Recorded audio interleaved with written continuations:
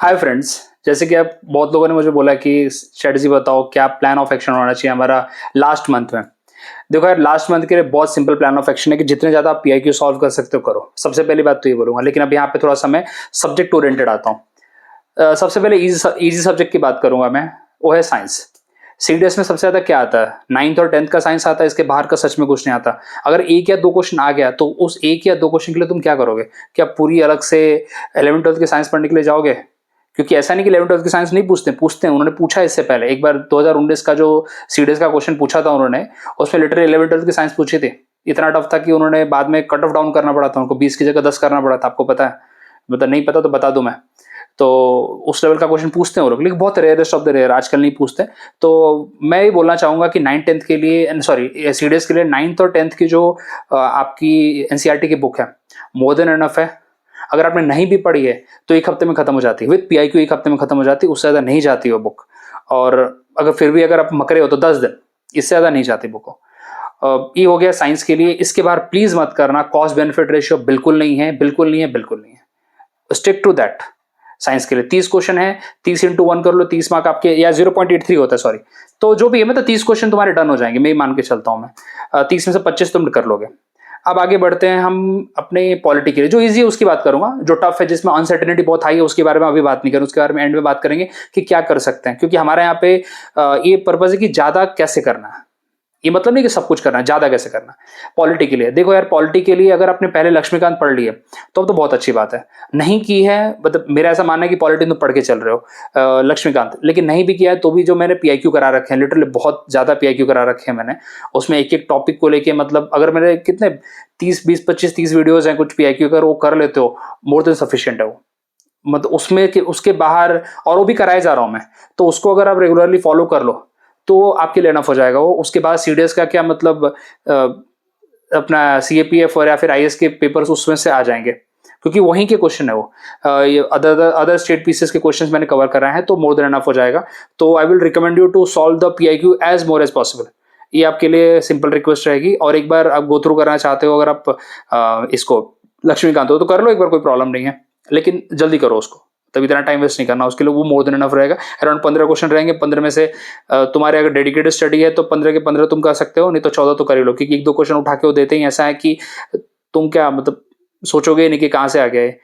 होता है, एक दो देते हैं वो लोग कंफ्यूज करने के लिए। ये हो गया, कितने हो गए। अब आती है बात ज्योग्राफी की। देखो ज्योग्राफी के लिए मैं क्या, पूरी दुनिया बोल रही है कि आप जो एनसीईआरटी की बुक है, 4 बुक है 11th 12th की, फिजिकल, इंडियन, ह्यूमन ज्योग्राफी। देखो ह्यूमन ज्योग्राफी भूलना मत, क्योंकि ह्यूमन ज्योग्राफी तुमको लगता होगा फालतू है, लेकिन फालतू नहीं है। वो इकोनॉमिक्स का भी काम करती है। उसके अंदर इकोनॉमिक्स के क्वेश्चन है। जैसे बता दो, अब अमृत्या सेन का जो मॉडल है, ठीक है, जो बेसिक अप्रोच उनका है, उसके ऊपर क्वेश्चन पूछा जाता है। उसके बाद माइग्रेशन के टाइप उसमें दिए हैं, उसके ऊपर क्वेश्चन पूछा जाता है। अगर लास्ट चैप्टर देखोगे तो उन्होंने पोर्ट वाला चैप्टर है, क्या खतरनाक चैप्टर है यार, वहां से कितने क्वेश्चन आते हैं। और उसके बाद एक और चैप्टर है जहाँ पे एनडीए में क्वेश्चन पूछा हुआ था, type of city, mega cities. मतलब सच बताऊं, वहीं से क्वेश्चन था, पूरा का पूरा उठा के छाप दिया था उन्होंने, कितने मेगा सिटी हैं, पहली मेगा सिटी कौन सी थी बताओ। तो क्वेश्चन रिपीट वहीं से होते हैं। तुम उसको उसको एक तो समझ लो, इकोनॉमिक्स आधा आधा इकोनॉमिक्स है वो, तो उसको बिल्कुल इग्नोर मत करो। अगर नहीं पढ़ा है तो उसके ऊपर पीआईक्यू कर लो, या फिर उसको एक बार देख लो। मैं तो ये मान के चलता हूँ कि तुमने वो कर लिया होगा। तो लास्ट में अगर नहीं भी किया है तो I recommend you to go for the PIQ. और ये है। अब रही बात हिस्ट्री की, क्योंकि कोर सब्जेक्ट की पहले बात करते हैं हिस्ट्री की। हिस्ट्री में देखो, एंशियंट हो, मॉडर्न हो, मिडिवल हो, सबसे पहले सिंपल चीज जो थीम एनसीईआरटी है 12th की, उसके ऊपर फोकस करो। रिवाइज कर लो एक बार, अगर नहीं किया है तो उसको रिवाइज कर लो, बिकॉज वो बहुत अच्छी किताबें हैं। वहां से आपकी लाइन बाय लाइन क्वेश्चन पूछे गए, लाइन बाय लाइन। मैं सोच रहा हूँ खुद में एक बार, क्योंकि मैंने पॉलिटी करा लिया है और मैं चाहता हूँ कि अभी ये करा लूँ मैं अपना हिस्ट्री के जो पीआईक्यूज हैं उसको कवर करूँ मैं। अभी स्टार्ट आज से ही करूँगा, प्लान कर रहा हूँ मैं अभी। उसके बाद बना भी रहा था, काम कर रहा था, मैं वो करूँगा, तो वो मोर देन इनफ हो जाएगा आपके लिए। और साथ ही साथ आप अगर थीम एनसीईआरटी कर लेते हो, इसके बाहर नहीं है, मतलब देखो यार, हिस्ट्री का कोई हाथ पैर नहीं है, कोई हाथ पैर नहीं है, किसी भी दिन कहीं से भी आता है। तो तुम ज्यादा मत करो, तुमको लगता है कि इतना सफिशिएंट है, या तुम्हें रिटेन भी तो करना, दिमाग में रहना भी तो चाहिए हो। ऐसा तो नहीं कि पढ़ लिया, रिवाइज करने को टाइम नहीं है, दिमाग में कुछ रह नहीं रहा तो कोई मतलब नहीं है। तो उसको उतने तक लिमिट रखो। और फिर भाई बात रहती है करंट अफेयर की। करंट अफेयर के लिए देखो, आई विल नॉट रिकमेंड कि तुम 10 सोर्स फॉलो करो। तुम जो भी तुम्हारा फेवरेट है, जैसे मेरे अपने टाइम पे आई स्टिल थैंकफुल कि मतलब मैं तो करंट अफेयर करता ही नहीं था यार, मेरे को क्या ही फर्क पड़ा। फिर बता दूं, मेरे 6 बार सीडीएस क्लियर है, तुमको भरोसा नहीं होगा, 6 बार क्लियर है 2017 से लेकर 2020 तक, तो 2018 से सॉरी। तो यहाँ पे तुम्हें बताना चाहता हूँ मैं कि डिजायर टू लर्न एक बंदा है सागर करके, वो काफ़ी अच्छे करंट अफेयर डालता है। अदरवाइज तुम्हें जो फॉलो करना है तुम एक ही फॉलो करो, लेकिन 10 फॉलो मत करो, एक फॉलो करो, जितना आया उतना आया, नहीं आया नहीं आया। अब बात रहती है इकोनॉमिक्स की। इकोनॉमिक्स देखो हाथ पैर सर के ऊपर से जाता है, इकोनॉमिक्स का कोई हाथ पैर भी नहीं है, बता दूं मैं। उसके लिए क्या कर सकते हैं आप, चुपचाप से इकोनॉमिक्स के लिए 12th की जो मैक्रो इकोनॉमिक्स है वो कर लो। और मैं भी फिगर आउट कर रहा हूँ कि इकोनॉमिक्स को मैं कैसे जल्दी से जल्दी कुछ ही वीडियो के अंदर कवर कर दूं, मेजर पोर्शन खत्म हो जाए। वो मेरे साइड से मैं अपने चैनल पर जरूर डालूंगा मैं।